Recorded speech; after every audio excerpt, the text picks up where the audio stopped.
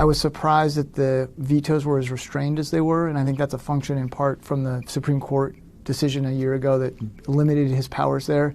I thought he might find a way to get creative. He didn't really seem to.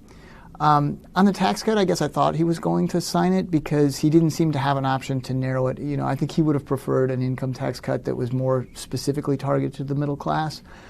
This has upper income people who benefit quite a bit. But absent a way to do it, I guess I wasn't totally shocked. The Republicans seemed to be. What did you think he was going to do on the income tax? I always got the impression after the budget was finished by the legislature that he was going to sign it. He'd look at it. Now, remember, people at home were talking about taking a bracket that's 6.27% down to 5.3. As I understand it, his options were to sign the entire thing, veto it, or cross out the 5 or the 3. Right.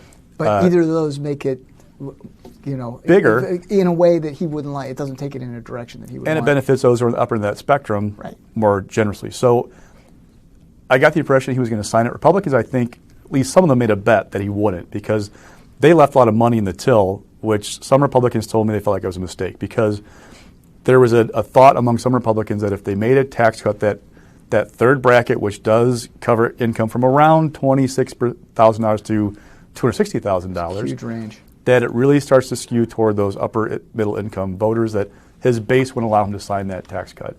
And that they would corner him, he would veto it, and they'd hang around his neck next fall and run against him on it. The counter thought from some Republicans was, we just want to get a tax cut done. We don't want to mess around with the politics of this. We want to cut taxes. We have unprecedented revenue growth going on. It will likely never happen again. Get it done.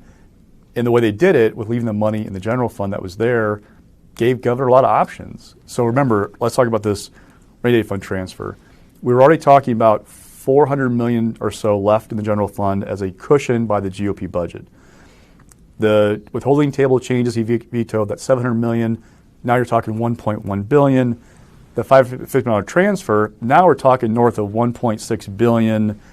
Just depends the final accounting by Fiscal Bureau about what's there.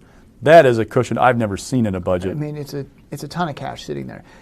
I would say the practical effect of vetoing the rainy day fund isn't that big a deal because essentially it's a savings account. Yes. It's sitting in one savings account instead of another. But the fact is this budget has a giant tax cut, and then it's got still a lot of money sitting there in reserve in case revenue isn't as good as it's been projected, or in case the governor and lawmakers want to spend more money. Rewind. Your Week in Review is sponsored by the Wisconsin Realtors Association, bringing Wisconsin communities to life with great homes, businesses, and neighborhoods. The Wisconsin Realtors Association, the voice of real estate.